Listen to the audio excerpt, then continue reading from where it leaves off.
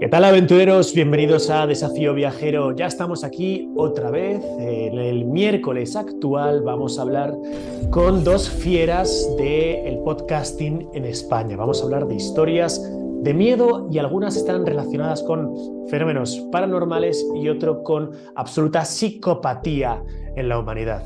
¿Sabíais que la historia del hombre del saco es una historia real y que no tiene nada de leyenda? ¿Conocéis el caso Vallecas? Vamos a planear por algunas de las obras que nos ha traído las dos autoras que van a venir a Desafío Viajero hoy, tanto Emma Entrena como Silvia Ortiz, en sus famosos terrores nocturnos. ¿Listos? Comenzamos.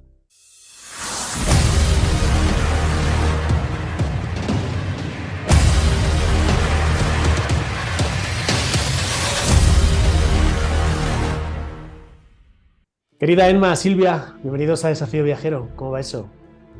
¿Qué tal? Muchas gracias. Encantadas de estar aquí. Bueno, pues un placer saludaros porque yo llevo bastante tiempo siguiéndoos la pista, sobre todo pues en esos podcasts tan famosos. Yo los escucho en iVoox, ahora nos comentaréis en qué más plataformas estáis, ¿no? Pero vuestra voz y vuestras historias son las típicas que en un viaje aburrido de a lo mejor un par de horas o de 3 horas que yo acostumbro a hacer, se convierten en toda una experiencia, una aventura y casi un desafío para la carretera. ¿De dónde vino esto de empezar a hacer podcasts y contar historias relacionadas con crímenes o con fenómenos paranormales que al final han terminado en historias trágicas? ¿De dónde ha venido esto? Vale, le doy, pues perdone. Que pues nada, vino porque al final las dos nos gusta mucho el misterio de siempre. Nos conocimos haciendo prácticas en Onda Cero, que estábamos ahí Ujú. como becarias. Y fue muy bonito porque realmente en el equipo en el que estábamos en Noticias Fin de Semana, éramos muchos chicos jóvenes. Y yo me acuerdo que un día llegué ahí con mi friquismo de haber visto un vídeo paranormal sobre una muñeca poseída y lo quería comentar y lo comenté con mis amigos y yo me acuerdo que todos se quedaron en plan, qué interesante, pero me da igual. Y fue Silvia la única que dijo, yo ese caso sé cuál es, yo he leído sobre ese, yo también he visto el vídeo, nos pusimos ahí las dos a hablar. Y ya más adelante, meses después, al terminar las prácticas, ambas queríamos hacer algo más de radio, de sonido, y dijimos, vamos a probar un podcast. Y después de barajar varios temas, fue como, joder, al final lo que nos unió desde el principio y lo que nos hizo ser amigas y empezar a trabajar más tiempo juntas fue el misterio. Así que fue un poco unánime. Decidimos que para adelante con temas de terror, misterio y todo lo relacionado con lo oscuro ahí. Claro que sí. Silvia, porque ¿cómo os repartís el trabajo, no? Las voces que escuchamos es la de Silvia, es la de Emma, vais haciendo diálogos. ¿Cómo es vuestra forma de organización o cómo estudiáis una historia? ¿Quién se encarga de cada cosa? Bueno, nuestra historia es un poco, o sea, nuestra organización es un poco un orden caos, en realidad. Lo sabe mucho la gente que nos edita los podcasts, que es la gente de Yes We Can, ha visto nuestros guiones y son un poco caos. Realmente nosotras nos repartimos de forma que escribimos el guión algo así como a medias. Más o menos nos repartimos el capítulo principal que tenemos y el capítulo extra que tenemos pues en Patreon, en Evox, ¿no? Nos lo repartimos y lo creamos más o menos a medias. Las dos investigamos, cada una tenemos nuestras fuentes. Yo suelo mirar mucho en libros, tiro mucho de autores, tiro mucho de libros, tiro mucho de documentos. Emma es una crack mirando cosas en internet. Hay veces que se mete y consigue documentos de hace muchísimos años, documentos policiales, no lo quiero decir muy alto, pero bueno, que hay veces que digo, no le han salido 7 virus en el ordenador y no nos han detenido en Wikileaks a esto. O sea, de milagro. Entonces, bueno, nos repartimos un poco así. eh, y luego en el guión simplemente nosotras escribimos y aunque vosotros en los capítulos oigáis muchísimos efectos, muchísimas músicas, toda esa parte creativa la pone la gente de Yes We Cast. O sea, nosotras simplemente le ponemos ponme una separación aquí, aquí va la cabecera de entrada y ellos le dan la magia. Y a la hora de leer lo que hacemos es que como nosotras grabamos cada una en su casa, porque claro, Emma y yo empezamos durante la pandemia, entonces no nos quedó otra que grabar como nos veis ahora, pues cada una en casa. Entonces simplemente nos lo vamos a repartiendo unos párrafos ella, unos párrafos yo, unos párrafos ella, unos párrafos yo. Y al final contamos con algunos actores y actrices de doblaje que nos hacen las voces, pues no sé, ¿no? Cuando hablamos pues de Jeffrey Dahmer, pues la voz de Dahmer, o cuando hablamos de una leyenda, pues esa voz de terror de un espíritu, ¿no? Y más o menos de ahí es como le vamos dando pues toda esa esencia de voces que tiene el podcast. Oye, yo esto no sabía que existía, me acabas de dejar ojiplático. Esto de Yes We Cast, o sea, ¿qué es esto? ¿Una entidad que edita los trozos de audio que vosotros le dais? A ver, que esto me interesa mucho. Cuéntame, cuéntame. No, no, o sea, son productores de audio, es Ajá. una empresa que se llama Yes We Cast, la llevan Alberto Espinosa y Fran Izuzquiza. Y bueno, Fran Izuzquiza fue mi profe de máster de podcast, precisamente fue la persona que me enseñó podcast. Entonces, cuando el técnico que teníamos decidió emprender otros proyectos, dije, Fran, ¿yo qué hago? Y me dijo, nada, vente. Entonces, Alberto Espinosa, que es el que lleva todo lo que es el diseño sonoro de Yes We Cast, es el que le pone la magia, toda la magia a nuestros podcasts. Y la verdad es que es como que lo han elevado, o sea, si escuchas las temporadas anteriores y escuchas estas, es que lo han elevado a un nivel increíble. Y no es porque sea nuestro, pero de verdad es que está increíble. Sí, la verdad es que al final cuando tienes un proyecto, ¿no? Y ves cómo era el principio y cómo ha ido evolucionando y te ves a día de hoy, bueno, yo no sé cómo os veis vosotras, pero cuando yo veo los vídeos de Desafío Viajero de 2015, siento vergüenza ajena total. Y digo, menos mal que eso está enterrado sobre una montaña de vídeos, ¿no? Y nadie pasa por ahí. Pero no sé, ¿tú cómo ves esto, Emma? Yo totalmente igual. De hecho, hace poco no me acuerdo qué estábamos haciendo, pero bueno, la cuestión es que tuve que escuchar el tercer podcast que subimos o algo así. Y madre mía, es que es todo, ¿eh? O sea, es la manera de escribirlo no tiene tanto detalle y como tanto jugo para un podcast. Como veníamos de la radio de informativos, era como una noticia así muy contada por encima, muy rápido. La manera de locutar, tanto la de Silvia como la mía, no tiene nada que ver. Íbamos muy Ujú. rápido, no entonábamos nada. Y luego es verdad que los sonidos por aquel entonces estábamos con otro compañero que nos editaba la parte de audio y él también estaba empezando igual que nosotras. Entonces de repente suenan muy fuerte, te tienes que quitar un casco y todo en plan, madre mía, o sea, la verdad es que es vergüenza ajena Sí, total. Sí. Pero bueno, totalmente. yo creo que eso es bueno. O sea, si los primeros podcasts te dan vergüenza ajena o los primeros capítulos, en tu caso, eso es que has evolucionado para bien. Si no te dan vergüenza, algo estás haciendo mal, seguro. Sí, ¿verdad? Bueno, de lo que seguro que no sentís ningún tipo de vergüenza es de lo que ahora mismo está ya en todas las librerías, que es España Misteriosa. Nuevo libro, es vuestra ópera prima, entiendo, donde reflejáis algunos de los casos tanto de misterio paranormal como de misterio criminalístico directamente, y habéis hecho una recopilación que es absolutamente maravillosa y que es casi como escucharos, pero esta vez en nuestra imaginación y mediante las líneas de vuestro libro, ¿no? ¿Cómo surge esta obra? A ver quién se lanza de las dos y me cuenta cuál es el génesis de España Misteriosa que ya está en todos lados. Bueno, pues a ver, a mí una de las cosas que más me gusta de este libro, ahora que lo has dicho, es que muchos oyentes nos escriben por redes, ¿no? Y nos dicen, oye, lo que más me flipa es que estoy leyendo el libro y escucho vuestras voces en mi cabeza. O sea, hay Sí, sí, gente que sí. ya nos escucha totalmente. Pero bueno, el libro surge realmente de una manera muy espontánea. O sea, hay una chica, una persona que trabaja en Penguin Random House, que es se convierte luego en nuestra editora, que es muy fan del podcast. Realmente nosotras en ese momento no tenemos ningún peso en redes. Ahora es verdad que sí que tenemos un poco más de peso, pero en ese momento, te estoy hablando del año pasado, teníamos 9.000 seguidores en total.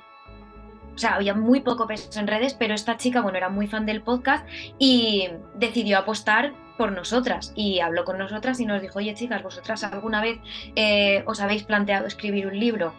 Claro, ambas somos periodistas, Emma escribía poesías de pequeña, yo escribía ficciones, yo cuando nos dijeron eso le dije a Emma, tía, yo le voy a decir que sí, o sea, yo es que lo escribo gratis, o sea, la verdad.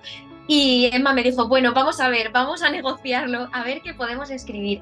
Y bueno, en cuanto nos habló, nos dijo, podéis hacer una propuesta de qué queréis escribir. Y Emma y yo dijimos, tenemos que recopilar todos estos casos, que son los casos con los que nosotras hemos crecido y los casos que nos han marcado, ¿no? Y luego darles ese punto extra, ese punto auténtico, aparte de la recopilación y de la investigación propia, que son las experiencias de nuestros oyentes, que eso es una parte totalmente propia, son las experiencias paranormales que nos cuenta la gente y sabíamos que tenían que estar ahí. Y a partir de ahí nos dieron total libertad para elegir los temas, para elegir la extensión, eso sí, lo maquetaron precioso, pero bueno, es como, no sé, sale de nosotras completamente, es como un bebé, es un bebé. Han sido 9 meses de sufrimiento, pero ahora es toda la vida de dar gracias.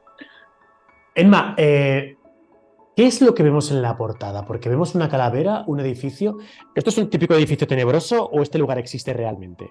Ese lugar existe realmente, es el Hospital del Tórax, que ahí tiene un trasfondo muy, muy amplio. Ahí ha habido muchas actividades bueno, actividades. La gente ha presenciado muchas experiencias paranormales. A día Ujú. de hoy, digamos que es uno de los lugares más embrujados. Y fue realmente un poco el hecho de ver qué poníamos ahí, el hecho de elegir qué imagen. Al principio pensamos en ilustraciones, una imagen quizás de algo más abstracto, pero luego decidimos que dentro de esa calavera queríamos meter ese edificio porque es muy, muy reconocido y muy típico si te gusta el misterio. Bueno, totalmente. Bueno, pues si os parece, vamos a dar alguna pincelada respecto a algunos de los temas que tocáis en vuestro libro. La verdad es que algunos casos los conocía, otros me son total y absolutamente desconocidos. Bueno, pues por ejemplo, sin ir más lejos, ¿no? Hablamos del pueblo de Trasmoz, pueblo fantasma, pues pueblo lleno de historias de brujería, ¿no? O sea, el lugar tremendamente caminado, pues yo creo que por todos los que nos gusta el tema del misterio, que nos gusta todas las historias relacionadas con la Inquisición, ¿no? Pues las historias de pues la tía Casca, ¿no? Aquellas Mm. brujas y tal. Pero fijaros, vuestro libro está segmentado en cuatro partes muy, muy, muy concretas. Unas son leyendas con las que crecimos, vamos a pasear por alguna de ellas. Otras son recuerdos del pasado. Habláis también de investigaciones paranormales, casos oficialmente extraños, por ejemplo, el expediente Vallecas, que luego me gustaría preguntaros un poquito por él. Y no estás solo, que al final son esas experiencias de vuestros oyentes que os han relatado y que habéis transcrito en vuestro libro, ¿no? Entonces, dando un pequeño paseo, si por ejemplo vamos a la primera parte, leyendas con las que crecimos, bueno, de repente aparece el hombre del saco, ¿no? Eh, Esto del hombre del saco, el hombre del saco que nunca fue leyenda. Claro, a todos asociamos el nombre del saco pues al boogeyman, ¿no? Al coco, a una especie de ser que, pues no, para cuando somos pequeños nos dicen que va a venir si no nos vamos a dormir y casi parece, bueno, pues como un ser mítico y legendario. Pero lo que me llama poderosamente la atención es que hoy, si vamos a Gador, en Almería, vamos a encontrar la historia real del hombre del saco. O sea, el hombre del saco no es una leyenda, no es un mito, ¿no? Totalmente. Es que cuando tus padres te dicen, no, esto de que viene el hombre del saco y te comerá el coco, que es una extensión de lo mismo, piensan que es una leyenda infantil, ¿no? Una cancioncilla infantil. Y no es así. El hombre del saco fue uno de los crímenes más recordados de la España del siglo XX y es algo que no está en nuestra memoria, pero es así, ¿no? Y como dices tú, pues sucedió en Gádor en el año 1910, muy a principios del siglo XX. Gádor era un pueblo de Almería muy chiquitito, tenía 800 habitantes, ¿no? Era una población, digamos, muy rural. Y podemos pensar pues que en aquella época en estos pueblecitos no había médicos, lo que había eran pues curanderos o barberos. Los barberos, de hecho, en algunos países todavía vemos, ¿no? Los barberos que son los que sacan las muelas, los que hacen de dentistas, pues un poco así era en la Almería de 1910, ¿no? ¿Mm? Entonces, el barbero de Gádor se llamaba Francisco de Leona, que será nuestro hombre del saco, y a él acude un hombre al que llaman el Moruno, que es un agricultor del pueblo, se llama Francisco Ortega, ¿no? Pero todos le conocen como el Moruno, y él tiene una enfermedad pulmonar galopante, muy, muy grave, todos los médicos le han desahuciado, pero Francisco de Leona, que era este barbero, con la ayuda de una mujer que se llama Agustina Rodríguez, que era esta curandera, o sea, son las dos autoridades del pueblo, le dicen que en realidad sí que se puede curar, pero que para ello tiene que beber la sangre y extender las mantecas por su pecho de un niño joven al que hayan, digamos, acabado con su vida recientemente. Entonces, por unas cuantas pesetas, Francisco de Leona le dice al moruno que él se lo consigue. En principio es verdad que el moruno duda porque es una persona creyente, pero al final dice esto de la salud antes que Dios, que es una frase que ha pasado Mm. muchísimo a la historia de criminal de España, y acepta. Entonces, bueno, ahí se forma un conjunto en que están, pues, el moruno, ¿no? Es el enfermo, Agustina, que es la curandera, y luego están su hijo Julio Hernández y Francisco de Leona, que son los que se encargan de secuestrar a este niño, un niño de 7 años que se llama Bernardo, que está sano, le meten en un saco, de aquí la leyenda, y se lo llevan a casa de Agustina. Allí, evidentemente, le sacan la sangre, que la mezclan con azúcar para que se la pueda beber el moruno y se bebe 3 boles de sangre enteros Madre mía. totalmente. Y cuando el niño ya está desangrado, lo que hacen es que sus mantecas, que digamos que es lo que ahora diríamos algo así como sus grasas, sus vísceras, no quiero ser muy gráfica, se las ponen en un emplasto en el pecho.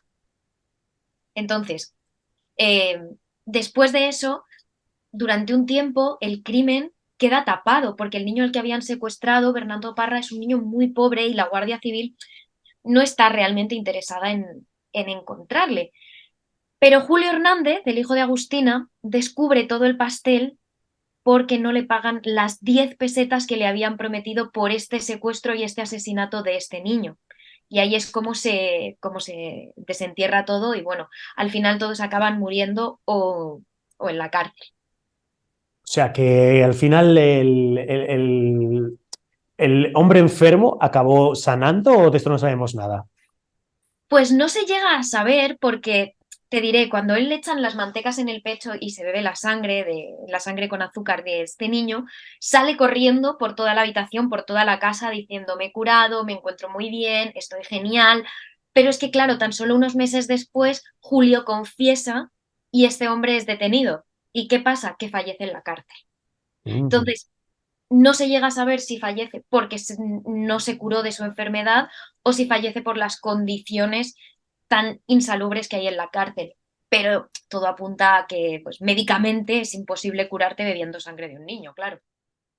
O sea que al final pillaron a todos, todos acabaron o bien en prisión o bien objeto de pena de muerte Correcto. y la leyenda sobrevivió y creció hasta día de hoy, ¿no? Que La esto es lo leyenda. alucinante, que has comentado que esto es una historia del año 1910 y Ujú. que más de 100 años después seguimos asustando a los niños cuando se van a la cama que o te vas ya a la cama o vendrá el hombre del saco que se te llevará, ¿no? Entonces, llama mucho la atención, ¿no? Como al final es una historia de pueblo, algo muy provincial, que ha trascendido no solo el ámbito del pueblo, de la provincia, de la comunidad autónoma de Andalucía, y que ha llegado a toda España, ¿no? Incluso, no sé si habéis visto que hay una película ahora relacionada con el hombre del saco, creo que se titula así, tal cual, el hombre del saco. No sé si la habéis visto, y nos podéis decir si sí o si no hay que verla. A ver, yo no la he visto, pero tengo que Ajá. reconocer que el día que me topé con ella en el cine, que fue de estos trailers extensos, es de esta que no te convence mucho verla, que a lo mejor luego sorprende y parece, y es un peliculón y tal, pero a mí no me llamó mucho, la verdad, le faltaba como un poquito de esencia. Sí, sí. A mí cuando empezamos a ligar a un grupillo de chavales de en torno a 12 años con temas de misterio y con temas de terror, ¿no? Yo estoy viendo más ahí Stranger Things o los Goonies que algo que me vaya a dar miedo realmente, ¿no? Yo empecé a verla, pero dije, tío, esta no es la historia del crimen de Gador, Ya. así que fuera. Eso es el problema del cine, ¿no? Que hay veces que sí que es muy fiel a las historias reales y gusta un montón, pero luego hay otras que se desentiende totalmente. Y a veces sí que sale una buena peli, pero otras veces te quedas ahí con el gusanillo de yo quería esta historia bien contada. De todas formas, ¿qué tendrán los asesinos en serie, ¿no? Los psicópatas en sí, que de alguna forma generan nuestra admiración? No solo desde el punto de vista de por qué hicieron lo que hicieron, sino después empiezan a rodar series o a rodar películas sobre crímenes reales. Me está viendo en la cabeza, por ejemplo, el caso de Dahmer Sí, o el actual, no me acuerdo cómo es, El cuerpo en llamas, ¿no? La serie esta de los crímenes de la policía de Barcelona, ¿no? La Y Guardia dices, Urbana. joder, es que nos tiene total y absolutamente enganchados y queremos saber el por qué lo hacen y cómo termina este tipo de historias, ¿no? Y parece que cuanto más macabro, más pendientes estamos ahí. ¿Por qué pensáis que nos ocurre esto? es que a mí me gustaría encontrarle una respuesta. Yo no sé si Silvia sería más directa a eso. Yo creo que es verdad que es como, a ver, suena un poco loco, pero yo creo que es cierta curiosidad, o sea, el cierto morbo de por qué hace esto, de qué manera lo hizo, vale, si has acabado con esta persona, cuéntame por qué su cuerpo ha aparecido así, qué hubo antes. Quieres como completar todas las piezas de la historia y como es una historia tan rara la mayor parte de las veces en Asesinos en Serie, quieres intentar comprender el por qué o cómo son capaces de hacer eso con tal sangre fría. O sea, yo voy a ir más allá y os cuento la anécdota. Hace unos meses estuvimos en PlayZ hablando un poco de crímenes reales y yo me quedé un poco así, ¿no? La primera pregunta que me hicieron fue, oye, ¿por qué nos gustan tanto los asesinos en serie? Y yo me quedé y dije, Qué buena pregunta. buena pregunta, ¿no? Porque es verdad, porque nos gusta la gente que jolín, que mata a otra gente. Y luego ya a raíz de esta pregunta me estuve informando, de hecho luego investigamos más y lo convertimos en uno de nuestros extras, que es ¿por qué nos gustan los asesinos en serie? No solo eso, ¿por qué nos enamoramos de asesinos en serie? Porque véase Jeffrey Dahmer, Ted Bundy, Charles Manson, todos ellos, después de ser asesinos, recibían cartas en la cárcel, cartas de amor, fotos de mujeres, tenían admiradores y admiradoras en todo el mundo. Y resulta que psicológicamente hay una parafilia y es que hay personas a las que les atraen otras personas que transgreden los límites legales, que son lo más agresivos posibles, que saltan todos los límites, que son más violentos, ¿no? Porque de alguna manera identifican esto con ser una persona fuerte, con ser una persona alfa, por decirlo de una forma más animal, ¿no? Y claro, ¿qué persona hay que sea más violenta, que transgrede más las leyes y que transgrede más los límites que un asesino? Y bueno, esta parafilia se llama hibristofilia. Ole. Wow, qué interesante, porque es cierto, o sea, nadie se enamora o nadie admira al defraudador de impuestos, ¿no? Que acabó en la cárcel por defraudar Hacienda, ¿no? Que encima dirías, coño, yo sí que le admiro porque se ha saltado las reglas y ha defraudado a Hacienda, ¿no? No, o sea, admiramos al malo malísimo, al Aníbal Lecter de turno, bueno, y lo vemos con el reciente caso de Daniel Sancho, ¿no? Que al final vemos que es alguien que ha matado, que ha descuartizado, que ha escondido un cuerpo humano, es decir, que es lo peor de lo peor, pero desde la propia sociedad española se ha querido como dulcificar. No, bueno, es que como es el hijo de quien De es, Rodolfo. fíjate, no, es que qué malo, ¿no? El colombiano que encima sería su sugar daddy, que le seguro que le extorsionaba, porque el otro era un tierno chavalín de 20 y pocos años, y dices, pero vamos a ver, que hablamos de alguien que se ha cargado a otro tío, que le ha descuartizado y que ha escondido su cuerpo. Que es y se trata de perdonar, ¿no? Y encima tratas de justificar el por qué lo ha hecho, porque que si le estaban extorsionando o le estaban chantajeando, ¿no? Es decir, que es curioso ver cómo funciona la mente humana en estos casos, ¿no? Sí, Totalmente. Además es que Daniel Sancho, Emma y yo lo hablábamos hace poco, tiene varias características, ¿no? O sea, no solo es el hijo de un actor querido, respetado en España, sino que además comparte una característica con Ted Bundy y con Jeffrey Dahmer, y es que es muy guapo.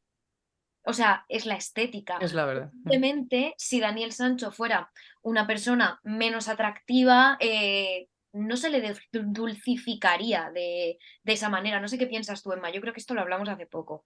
Sí, sí, yo estoy muy de acuerdo, pero es que a mí lo que más me llama la atención ya es esa manera de justificar, pero luego yo me voy mucho al asesino en sí y es que yo no me olvido del vídeo en el que Daniel Sancho cuenta tranquilamente cómo descuartiza a Edwin, qué hizo en qué momento y ahora lo tumbó así, ahora le dio la vuelta y empezó por aquí y luego la muñeca. A mí es que eso de verdad es como, pues es un poco esa cosa de no poder parar de verlo porque dices, ¿de verdad? Si es que parece que está contando que ha comido hoy, pero pues nada, he cogido unas zanahorias y luego un caldo de pollo. Es que es brutal. Claro. Y esta idea, ¿no? De que se intente hacer pensar que fue, digamos, fortuito, ¿no? Fue Sí. una pelea, pero bueno, sí que la policía ya ha demostrado que realmente él ya tenía las bolsas y las herramientas para cortar hueso preparadas y no es algo que tú vayas a comprar en previsión de, bueno, es que a lo mejor tengo que cortar un cuerpo. Espero que no. Claro, o No, sea, no, yo es creo que exactamente. si compras esto, Exactamente. De hecho, parece que se ha retrasado la celebración del juicio porque el nuevo planteamiento de la defensa es justo eso, pues que todo ha sido un lamentable accidente, que discutieron, que le empujó, que el otro se cayó contra el lavabo y que, bueno, pues al Sí, final ya se desangró y hubo que trocear el cuerpo y esparcirlo por ahí, ¿no? no quedó Dices, otra. pero vamos a ver, si ya habías comprado previamente el kit del asesino en serie, o sea, tenía las bolsas, el machete y la sierra. Ay, qué casualidad, oye, que se ha accidentado, pues bueno, ya que tengo esto aquí, pues voy a deshacerme del cadáver, ¿no? Que es totalmente alucinante. cuando realmente Fijaros, la sí, sí, reacción sí. lógica es si tú tienes un accidente, yo qué sé, puede ser, ¿no? Estás peleándote con una amiga, con un amigo, y esa persona se hace una herida en la cabeza. Si realmente es accidental, yo creo que tu primera reacción es llamar a una ambulancia. Oye, Literal. la persona se ha caído en mi casa, ¿no? Digo, esta es mi opinión. Sí, sí, sí. Y creo que O- espero que sea la de la mayoría, porque si no. Oye, os voy a poner en un aprieto, ¿vale? Os voy a hacer una pregunta que hace poco cuando estaba con Vicente Garrido, ¿no? Le hacía a él, ¿no? Y me habló de lo curiosa que es la reacción de las personas ante ella. Es un dilema. Después hice una encuesta en distintas redes sociales y a mí, por ejemplo, los resultados me han parecido apabullantes, que es el siguiente. Si tuvieses que salvar a tu mascota, bueno, a tu perro, a tu gato, o a un completo desconocido, ¿a quién salvarías? En vuestro caso, ¿qué me diríais? Yo, mira, voy a ser sincera. De hecho, hace poco compartí un trozo de... Se está haciendo como esa pregunta también en otros podcasts y lo vi en otro podcast y yo es verdad que creo que te voy a sorprender, pero para mí mis animales son como mi familia entera, más cercana, son los que están ahí, al final somos, o sea, todos los humanos, al final a quien valoras es a quien tienes más cerca, quien da por ti todo tu amor y todo su amor y su cariño. Y para mí, en este caso, mis perros son mi familia. O sea, me han estado cuidando y han estado en momentos que la mayoría de gente no ha estado, incluso familia que por lo que sea, más cercana, más lejana, tampoco ha podido estar y ellos han estado ahí. Entonces, yo a lo mejor te sorprendo porque sé que lo suyo sería un humano y tal, pero yo es que para mí son mis hijos y yo le llamo mis hijos, literalmente. O sea, ¿Y tú, Silvia, querías? Yo también tengo una perrilla, una perrita tiene ahora 2 años, la adoptamos de, pues bueno, es un podenquito de estos que abandonan porque la dejan cuando cazan y ya no valen, ¿no? Pues abandonaron a la madre y pues nos quedamos a la cachorra. Y claro, para mí es como mi hija, es mi bebé, además es el primer perrito que tengo y para mí es súper especial, pero voy a pecar de especista, o sea, me van a funar en todas las redes, pero yo salvaría a la persona desconocida, porque siento que al final es verdad que es familia, pero al final creo que una vida humana tiene un está... valor distinto. O sea, no sería capaz de dejar morir, creo que no sería capaz de dejar morir a un desconocido. Aunque Es, Pero, y supiera a que... tu perro, que está fiel 24/7 y que demuestra un amor que no va a demostrar nadie nunca en la vida. Es que a mí, uff, ¿lo ves? Yo estoy ahí en el otro lado. Es verdad que tú sabes que tu perro es bueno, porque los Mm, perrillos son buenos incondicionales y no sabes a qué clase de persona estás salvando, pero creo que aún así elegiría la vida humana, porque si no, tampoco comeríamos carne, por ejemplo, porque al final tú claro, comes carne para salvar tu vida del hambre. yo Lo creo que que no- sería muy distinto si tenemos a la persona humana ahí delante, que tú le estás viendo y dices, le doy a un botón y muere mi perro o muere esa persona que estoy viendo y que lo tengo ahí delante, ¿no? A lo mejor todo cambiaría. Eso está muy relacionado con el dilema del tranvía. No sé si os suena de qué va Ah, esto del dilema del tranvía, me pero también suena. a mí me parece muy, muy interesante, es un acertijo, es un dilema muy parecido, ¿no? Tiene dos vías distintas, ya veréis como, nunca mejor dicho. En una de ellas, un tranvía va totalmente desbocado, llega un punto en que se abren dos vías. Entonces, si va por un lado, va a matar a un hombre que está ahí solo, y si va por el otro lado, pues va a matar a un grupo de personas que están allá atadas a la vía, ¿no? El hombre solo está atado y el grupo de personas está atada. Entonces, tú tienes el poder de con una palanquita que el tranvía vaya a la izquierda y mate a un hombre solo o a la derecha y mate al grupo de personas. Bueno, pues todo el mundo no tiene ningún problema en acceder, darle a la palanquita y que mate a una sola persona. Porque dices, estoy matando a uno, vale, pero estoy salvando la vida de unos cuantos. Pero la segunda parte del dilema es la siguiente. Ese mismo tranvía va totalmente desbocado, va a toda caña, y unos metros más adelante hay un puente sobre el que estás tú. El caso es que justo delante de ti y al borde hay un señor muy gordo y en la vía, un poco más adelante, hay un grupo de personas atada, de tal modo que si tú empujas desde el puente al señor gordo, cae en la vía y el señor es tan gordo que va a parar al tranvía y no va a matar a ese grupo de personas que está ahí atada. Pues claro, prácticamente nadie tiene la fuerza o tiene el impulso de asesinar, o sea, de empujar al señor gordo que va a caer en la vía, que va a parar el tranvía, a pesar de que así vayas a salvar a tanta gente, ¿no? ¿Qué hace la mayoría de la gente? Se da la vuelta y no mata al señor gordo. Porque ahí sí que requiere de una acción positiva, porque ahí sí que estás viendo a una persona que vas a matar, ¿no?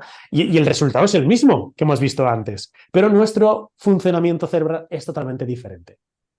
Claro, porque yo creo que ahí, o sea, yo como persona que me meto ahí en el papel, yo diría, es que es eso, es que si tú lo haces es como que tú has provocado la muerte de ese hombre y si no lo haces yo creo que al final es un poco el pensamiento común de las cosas eran así, igual que tú las podrías haber cambiado, las podría haber cambiado el otro, ¿sabes? Como que ¿Sabes? Te intentas como excusar y salir de ese papel en plan, yo no tenía la responsabilidad para nada. Entonces, yo creo que sí, es un poco común, pensamiento común.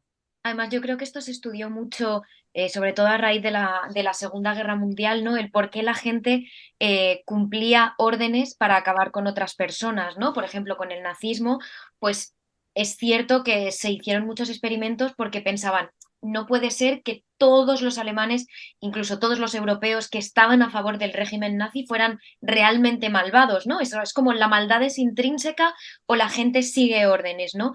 Y pues en esos experimentos, pues la cárcel de Stanford, por ejemplo, todos ellos se vio un poco como esta gente que al seguir órdenes propiciaba que se quitara la vida de otras personas, lo hacía, pero si a esas mismas personas tú le hubieras puesto una pistola en la cabeza y le hubieras, o sea, una pistola en la mano y le hubieras pedido acabar con otras personas, no lo habrían hecho. Entonces, es como que no es lo mismo hacerlo con tus propias manos que con tus actos como consecuencia tercera acabes propiciando la muerte de otra persona. Yo creo que ahí el contacto físico, ¿no? El hecho físico de acabar con una vida es un clic en el cerebro humano. Mm, muy interesante. Bueno, la verdad es que si cogemos vuestra obra, España Misteriosa, otro de los casos que a mí me ha llamado la atención es el caso que está relacionado entre un asesinato y juegos de rol. Yo me acuerdo cuando pues era muy joven, ¿no? Pues a principios de los 90 que hubo un caso tremendamente sonado en España, ¿no? De unos chavales que jugando a rol, pues bueno, no sé hasta qué punto se les había ido la pinza, de modo que el juego decía que había que matar a una persona con determinadas características y mataron a una persona con determinadas características por un simple juego de rol, ¿no? ¿Existe, por tanto, esta posibilidad de matar porque un juego te diga que tienes que matar? Hombre, yo creo que hay casos y casos muy extremos, como el ejemplo que has dado de lo que ocurrió en Madrid, de estos dos chicos que acabaron con la vida de un hombre. Y de hecho, el caso que nosotros tratamos en el libro de Elena Giovanni, sí que es verdad que cabe la posibilidad de que fuese por un juego de rol, porque al final el caso del que nosotras hablamos se sitúa en el 2001, que fue poco después de justo este incidente. En este momento España estaba con el tema de los juegos de rol, hasta qué punto incidían en la mente de, en este caso, la mayoría de jóvenes, qué podías llegar a hacer por un juego de rol y qué no. Y el caso de Leña Giovanni tiene mucha cosa, mucho misterio, porque resulta que en el 2001 esta chica de 27 años empezó como a recibir cartas anónimas a la puerta de su casa, escritas por alguien que no ponía quién es, de ahí que sea anónimo. Y sí que es verdad que se dirigía ella como Elena, entonces sí que sabía, tenía que ser alguien que supiese que ella vivía allí, quién era ella. De hecho, la primera carta le dio incluso un bote de horchata y unas pastas. A Elena le gustaba mucho la horchata. O sea, tenía que ser alguien conocido. Al principio Elena decidió evadir el tema, es decir, cogía las cosas, pero no tomaba la horchata, no tomaba las pastas. Pero según fue avanzando la historia y las cartas, hubo un momento en el que hubo algo que en cierto modo le tranquilizó de esas cartas, y es que hacían referencia a una unión excursionista de Sabadell, que es como un centro donde se incentiva las excursiones y los deportes para gente joven, al que estaba apuntado Elena. Entonces decían como, habrá que hacer una excursión en la UES, tal, y ya Elena dijo, ojo, es alguien de aquí, ya como que se tranquilizó, venía con un zumo de melocotón y dijo Elena, bueno, ya este es un colega que me está haciendo la broma pesada, ya veré yo quién es, pero me lo voy a tomar un poco para seguir ese juego, ¿no? Esa especie de Ujú. rol extraño. Entonces, ¿qué pasa? Que Elena sí que en ese caso bebió un poco de zumo, pero nada más bebérselo se empezó a encontrar mal, se empezó a encontrar muy mareada, incluso tenía mucho sueño. Y aprovechó lo que le quedaba del líquido y lo llevó a analizar a un laboratorio. Le dijeron que ese líquido tenía somníferos y claro, Elena ya ahí pensó que esto ya era una broma bastante pesada. Aún así, ella decidió no llamar a la policía ni nada porque tampoco quería complicar el caso. Dijo, bueno, pues será algún colega que es un poco, ¿eh? Y estaba jugando bastante sucio. Entonces la cosa quedó ahí. ¿Qué pasa? Que ya allá por finales de noviembre, una compañera suya de la UES, de este centro de excursiones, le avisó la dijo que por favor fuese a su casa. La chica se llamaba Montserrat Careta, si no recuerdo mal, y le dijo que tenía que ir a su casa urgentemente y tal. Se conocían por esto de la UES, su novio también era del mismo centro y bueno, pues Elena tenía que ir a trabajar ese día, pero puso rumbo corriendo a casa de la chica porque parecía urgente. Y lo malo es que de ahí nunca salió, de esa casa Elena nunca salió con vida. De hecho, todo el fin de semana fue retenida, amordazada, se la dieron más somníferos y finalmente la madrugada del domingo se lanzó su cuerpo semidesnudo y quemado por la azotea de la casa de esta mujer, de Montserrat. Y nada, y ahí es cuando empezó la investigación de esta serie de cartas era una especie de juegos de rol, una especie de pistas, el tener que llegar a un punto en común. Y lo peor de todo este juego de rol, si se puede denominar de algún modo, es que al final nunca se llegó a nada en concreto, porque sí que es verdad que en su momento detuvieron a Montserrat, que era la chica del piso, pero esta chica, por ejemplo, tenía un problema en la espalda muy grave con el que, puestos a analizar la situación, no podría ni siquiera haber cogido en brazos el cuerpo de Elena, o sea, no lo podría haber lanzado. Entonces, ¿qué pasa? Que empezaron a investigar a todos los jóvenes de ese centro, a buscar la letra que tenía cada uno de ellos, porque estas cartas estaban escritas a mano, la coartada de dos chicos no tenía nada que ver, había cosas raras, pero no se conseguían pistas claras para poder detenerlos. La única que fue encarcelada fue Montserrat, que nunca dijo nada y se quitó la vida días después. De hecho, dijo que en una nota que ella no había ejecutado la muerte de Elena y que se iba con la conciencia muy tranquila. Entonces, a partir de ahí, incluso se ha vuelto a reabrir el caso. Si hablamos de que esto sucedió en 2001, se ha reabierto en 2021 porque se encontraron pistas nuevas con el programa de Crims de TV3. Se encontraron pistas nuevas de un posible sospechoso, Xavi Jiménez, otro chico del centro que también había intercambiado mails con ella. Las letras de las cartas coincidían con la letra que tenía este chico, pero tampoco se llegó a nada claro. Sí que es verdad que se volvió a analizar el ADN que encontraron dentro de la chica, porque también se creyó que había abuso sexual, y se encontraron el ADN de tres personas, dos chicos y alguien, un género desconocido. Entonces, a partir de ahí, la familia sí que está haciendo todo lo posible para conseguir un culpable 2 décadas después. Pero sí que es cierto que quedó esa duda de hasta qué punto era, bueno, pues un asesinato premeditado o directamente una especie de juego de rol en el que, en este caso, Elena tenía que ir siguiendo las pistas y desgraciadamente, pues acabó de las peores maneras. Madre mía, la verdad es que ese es un caso absolutamente sobrecogedor. Sí, sí, Eh, sí. Tal y como se escuchaba, no sé si hace unos años o hace cuánto, también surgió algún tipo de juego de estos viral, ¿no? Que le decía a un chaval bueno, chavales, pues tenéis que matar a no sé quién, y te lo decía una especie como de, no sé si una aplicación o un monigote o algo así, y la gente se lo tomaba en serio y se llegaban a producir, no sé con qué gravedad, que determinados crímenes o suicidios incluso, es decir, cómo un elemento externo que al final es un ser inanimado o directamente un tablero, como es un juego, nos Mm. puede hacer delinquir, nos puede hacer matar. Es que es totalmente sorprendente, ¿no? Que esto pueda llegar a ocurrir. Sí, de hecho, Sí, hay más de uno, o sea, ha habido, yo recuerdo hace no mucho el caso de la ballena azul, ¿no? Que era un justo. Sí, Sí, sí, rol sí. exacto. le pedía a los niños que fueran haciendo retos, ¿no? Y empezaban con retos pequeños, pues escríbete en la mano, eh, iba pasando, ¿no? Estate un día sin comer, más retos, hasta que al final el último reto era acabar con la vida de alguien o incluso con la tuya propia. También estuvo el caso de Momo, que es este monigote del que hablas, Ujú. ¿no? Que es como el monigote de una mujer muy demacrada, con el pelo negro, los ojos muy grandes, que lo que hacía era que los niños se quitaran la vida. O sea, esa clase de retos virales, claro, ahora con Internet los llamamos retos virales, pero esto en los 90 eran juegos de rol. Ujú. Entonces, Sí. no sé si es presión grupal de alguna manera, si es tu propia sugestión. Un inciso aventurero. Cada documental de Desafío Viajero supone muchas horas de esfuerzo y de trabajo para traeros buenas historias. Si crees que merezco tu apoyo y te está gustando el vídeo, suscríbete al canal, hazme un comentario y comparte el vídeo. De esta forma me ayudarás enormemente. Yo creo que para llegar a ese punto tiene que ser o sea, bueno, puede incidir mucho la presión de grupo, pero tiene que ser al final tu cabeza la que hace el clic, ¿no? Porque, por ejemplo, a mí se me ocurre el de Slenderman, que hubo dos niñas que Ujú. supuestamente este hombre de extremidades alargadas y rostro blanco les dijo que tenían que acabar con su mejor amiga, eran niñas de 11 12 años, no recuerdo bien la edad.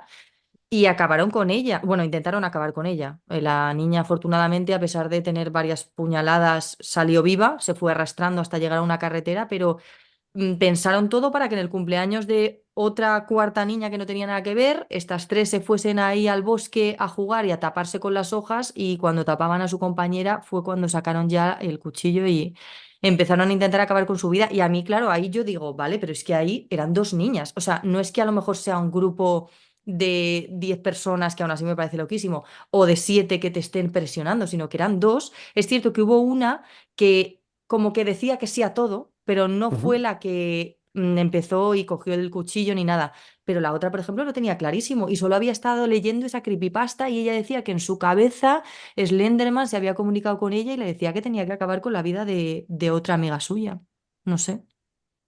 Las creadoras de Terrores Nocturnos, ¿no? Y del libro España Misteriosa, ¿qué tipo de libros soléis leer? Porque, claro, alguien que os escucha ahora mismo debe pensar que sois unas locas de la novela negra, pero en vuestra mesilla de noche, ahora mismo, por ejemplo, ¿qué hay? ¿Qué leen chicas como vosotras? Pues yo tengo una fricada, yo tengo a Brandon Sanderson con Nacidos de la Bruma. La verdad es que Ajá. estoy muy enganchada a esa trilogía, bueno, son varios libros, pero sí es verdad que a mí me gusta más el tema de fantasía. A veces sí que leo tema de misterio. Por ejemplo, yo sí que he leído algunas novelas de Stephen King y a pesar de que Stephen King le encanta dar vueltas y vueltas hasta que llega en sí a la historia, sí que es verdad que a mí me gustó mucho. Yo empecé leyendo de Stephen King Cementerio de Animales y ahí Ah, era muy sí. jovencita. Y me parece que es de los mejores libros que tiene Stephen King porque va al grano desde el principio. O sea, yo me acuerdo de las primeras imágenes, de las primeras páginas que yo decía, es que yo no puedo dormir, me lo leí para antes de dormir y dije, vamos tú, o sea, no me duermo. Pero normalmente suele ser fantasía, yo tiro más a fantasía. ¿Qué haces, Yo Silvia? tengo que decir, yo soy una loca de la novela de crímenes, de la novela negra, me encanta, me alucina, yo soy muy fan no solo de la novela negra, sino también de los crímenes, o sea, perdón, de los libros sobre psicología criminal, me parecen fascinantes. Eh, También tengo algunos clásicos del misterio español, ¿no? Iker Jiménez, Javier Pérez Campos, Javier Sierra, bueno, Jiménez del Oso, que me parece fantástico, pero es verdad que yo oscilo un poco entre la novela fantástica, un poco Sarah J. Maas, un poco Brandon Sanderson, que es la pasión ahí que compartimos. En verano soy muy de novela romántica muy tonta, sí, de algo que me pueda llevar a la playa y lo pueda manchar, ¿no? Porque es que, claro, yo no puedo manchar a Brandon Sanderson, o sea. Y luego me gusta mucho el manga. Aquí, bueno, aquí hay algunos detrás. Ahora mismo estoy enganchada a unos mangas que se llaman Blue Lock, que es de fútbol. Madre O Anda. mía, sea, ¿desde cuándo? realmente yo me leo, quiero decir, hasta el bote de champú, o sea, todo lo que me cae a las manos, la verdad. O sea, ¿pero qué es un remake de Oliver y Benji o qué? No, no, es como una cosa completamente nueva, ¿no? Digamos que en Corea están intentando, es un manga, ni siquiera es un manga, porque es coreano. Están intentando crear una nueva selección de fútbol de Corea del Sur y que gane, porque hasta ahora no han ganado nada. Entonces meten a un montón de chavales en una especie de Battle Royale, pero de fútbol, ¿no? El que pierde se va. Y bueno, estoy enganchadísima y te puedo confesar, es que a mí el fútbol no me gusta, Es que pero no a te mí gusta el manga nada. me tiene enganchada. Sí, sí. Bueno, yo creo que Emma está flipando, con Sí, esto. sí, es que esta faceta de Silvia yo no la conocía, ha sido nuevo totalmente. Pues sí. Qué bueno, pues mira, este verano estuve en Japón y Qué caminando por guay. el barrio de Akihabara, ¿no? Que al final es el barrio pues, donde está todo el manga, todo el anime y tal, ¿no? Te sorprendías al ver pues, esas torres de edificio única y exclusivamente de manga, ¿no? O única y exclusivamente de animes, ¿no? Y fíjate, yo la verdad es que yo no soy lector de anime ni de manga desde hace muchísimos años. Me quedé con Dragon Ball. Pero tengo un amigo que me habla mucho de One Piece, que debe ser pues el super top que a todo el mundo de las nuevas generaciones les gusta y lo leen, ¿no? Yo creo que es el Y manga más me, vendido, creo, sí, sí, ¿eh? el más vendido del mundo, sí, sí. Sí. Y me Yo creo que dijo, Attack on por si Titan está ahí. ¿Perdón? Yo creo que Attack on Titan está ahí fuerte. No, pero Attack of Titan no está, o sea, está subiendo, pero yo creo que no está primer o segundo puesto. Poco le falta, eso es verdad. Perdón, continúa. Estoy fuerísima, estoy fuerísima. Bueno, el caso es que sin saber muy bien qué me estaba comprando, me compré el número 100 de One Piece en versión japonesa, ¿no? Y lo tengo ahí plastificadito y tal. Hasta que llego, ¿no? Regreso de Japón, vengo a Valencia, tenía a mis padres por aquí, mi madre ve, ¿no? Que tengo ahí el cómic perfectamente plastificado y en cuanto me despisto veo que lo está abriendo para sacarlo, ¿no? Digo, no, ya los millones que iba a ganar dentro de 50 años al vender esa edición en japonés del número 100 de One Piece Los acabo de perder. Es verdad, pobrecita, y tu madre, ¿qué ha pasado? Sí, tía. En fin. Bueno, venga, que nos estamos desviando. Me gustaría terminar con el que es mi caso de misterio favorito español, que también lo tratáis en vuestra obra. Hemos tocado alguna serie de misterios de crimen 100%, donde no hay ningún tipo de fenómeno paranormal, ¿no? Simplemente es psicopatía o rarezas de la mente humana, pero hay alguno que es total y absolutamente inexplicable, como por ejemplo es el expediente Vallecas, donde además tenemos informes policiales que nos hablan de este caso. ¿Quién se lanza para contarnos a grandes rasgos qué es esto del caso Vallecas? Bueno, el caso Vallecas es que incluye de todo, porque tiene como una parte paranormal, tiene luego una parte de investigación, tiene una parte policial, y voy a intentar no alargarme mucho, de verdad, cortarme, porque yo como me ponga a hablar de esto, me tiro 2 horas. Pero bueno, básicamente, 1999, barrio de Vallecas, Madrid, es un barrio obrero, humilde, y bueno, la protagonista se llama Estefanía Gutiérrez Lázaro, es una adolescente, tiene un grupo con 2 amigas más, y el novio de una de ellas fallece en un accidente de moto.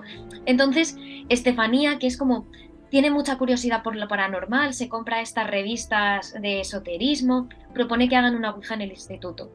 Entonces, en la ouija consiguen contactar, se cree que llegan a contactar, pero una profesora las pilla y les parte la tabla antes de que cierren la sesión.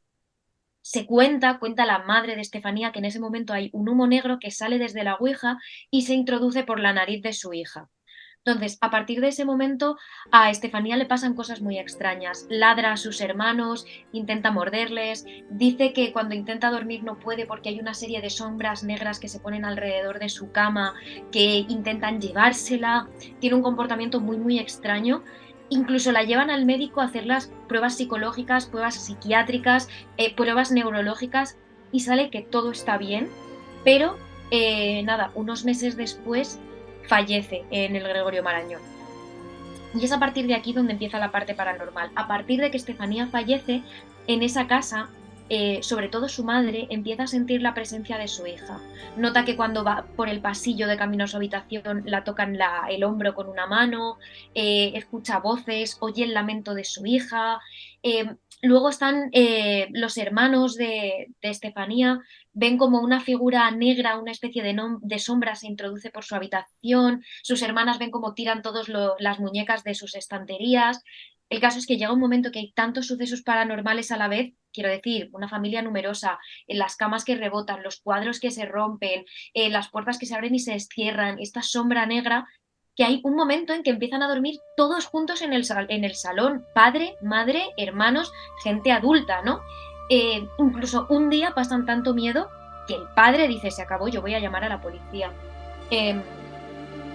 La verdad es que el hombre de emergencias al principio no se lo creyó, porque claro, ¿cómo gestionas tú una llamada en la que te dicen hay una entidad paranormal en mi casa? Pero bueno, manda allí a un inspector, a 2 agentes, y ellos mismos, cuando hacen la inspección de la casa, pueden comprobar cómo las puertas del armario se abren y se cierran solas, cómo hay ruidos en la terraza, e incluso ven cómo se cae un crucifijo y cómo un póster se rasga con 3 uñas directamente ante sus ojos. De hecho, 2 agentes le piden al inspector bajar a la calle porque dicen que no quieren estar allí. Todo esto, lo más alucinante es que este inspector lo refleja en un informe policial, y este caso, el caso de Estefanía Gutiérrez Lázaro, es el primer caso de España que está considerado extraño y misterioso. O sea, estas son las palabras que pone en el informe, extraño y misterioso. Y a día de hoy este inspector ha dado entrevistas y los sigue manteniendo, que en esa casa había una entidad paranormal. Es verdad que después de esto, claro, imagínate, el caso salta a la prensa, hay muchos medios acosando a la familia, también los niños son pequeños, los hermanos de Estefanía, entran en una especie de sugestión, cada vez tienen más miedo. Hay una persona, no sé si algunos serán muy jóvenes, ¿no? Pero no sé si os acordáis de Tristan Breaker, que era una especie Fantasmas. de, sí, un Sí. cazafantasmas español que en realidad era una estafa, y este hombre les mete aún más miedo todavía. Los niños no pueden ir al baño solos porque es que de verdad que están aterrados, y al final es Jiménez del Oso que es un psiquiatra e investigador paranormal español muy, muy reconocido, yo ya digo, o sea, hay muchísimos libros de él, el que les sugiere que se tranquilicen, que se calmen e incluso que se muden para, por lo menos, quitarse esa parte sugestiva. Haya uno un ente paranormal, por lo menos para que se quiten esa parte sugestiva y puedan vivir tranquilos. Y es a raíz de ahí cuando, bueno, ellos pueden encauzar la situación.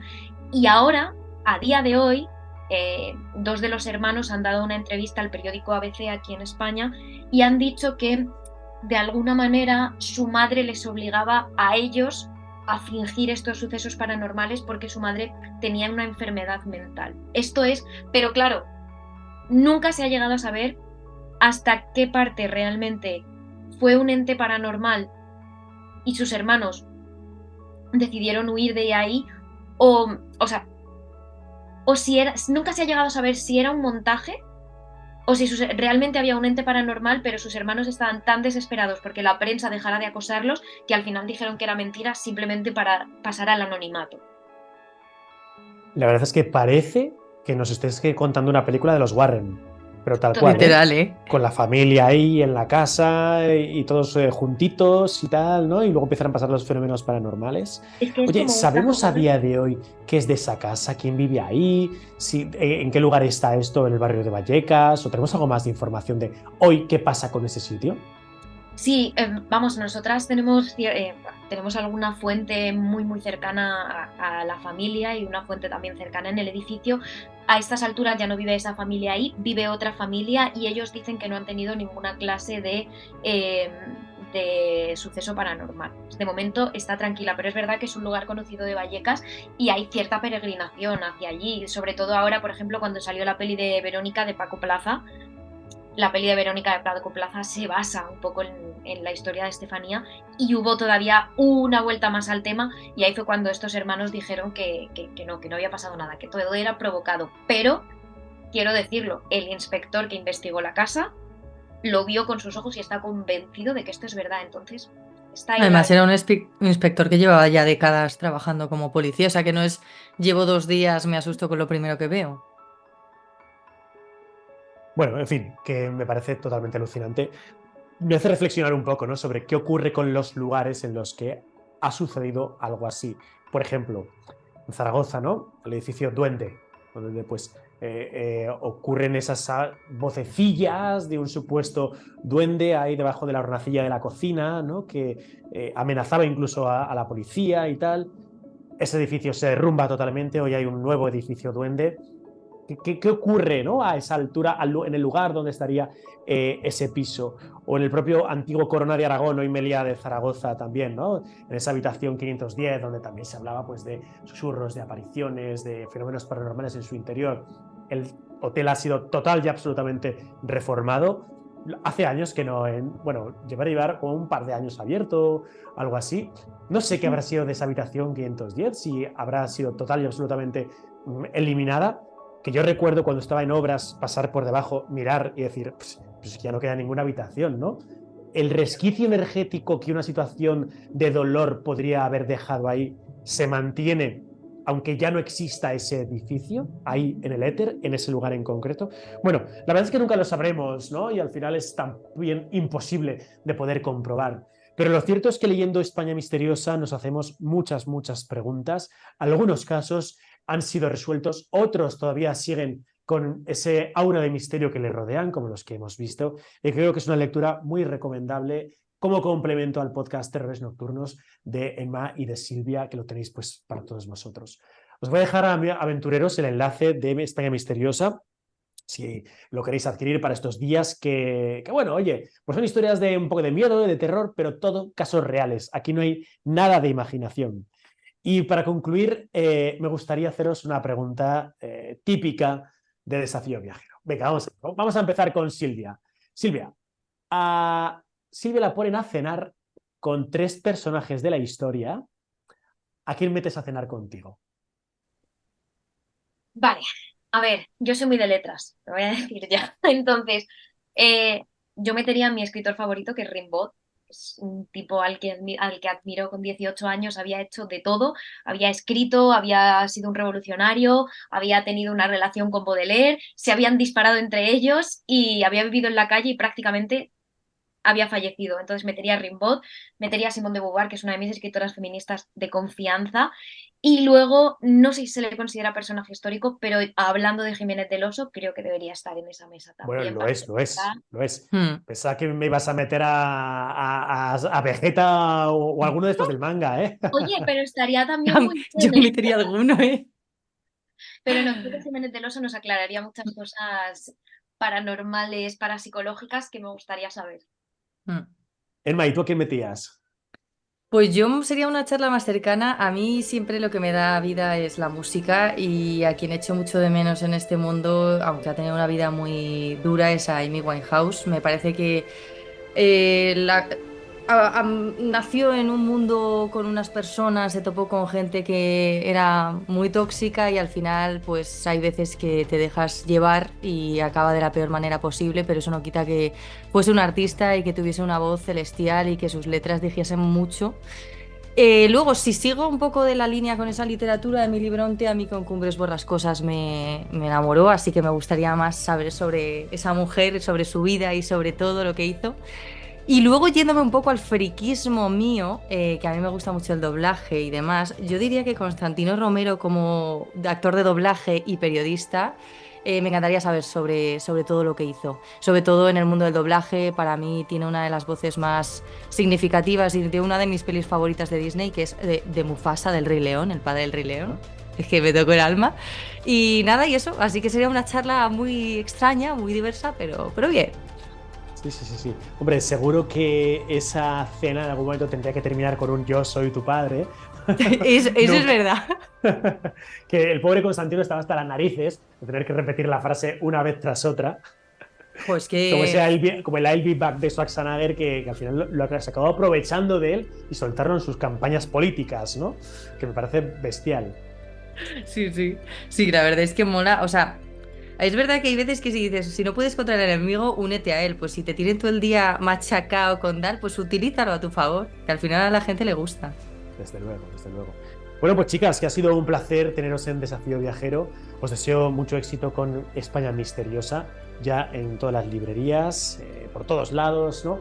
Y nada, os dejo las últimas palabras para vosotras para que os podáis despedir. Pues nada, que muchísimas gracias por esta entrevista, que nos ha encantado poder repasar algunos de los capítulos que encontraréis en el libro, pero que queda mucho más por ver en el libro de España Misteriosa. Totalmente. Yo voy a cerrar haciendo la promo porque es que no me queda otra. Así que escuchadnos en Terrores Nocturnos de día, porque de noche os vais a arrepentir, de verdad os lo digo. Y si os quedáis con ganas, leeros un poquito de España Misteriosa, porque yo creo que si os gusta Desafío Viajero, os puede gustar mucho España Misteriosa. Ahí queda eso. Pues nada, aventureros, gracias por haber seguido el capítulo de hoy de Desafío Viajero. El próximo día más, y con novedades, con viajes, con misterio y con muchas aventuras. Hasta la vista, amigos.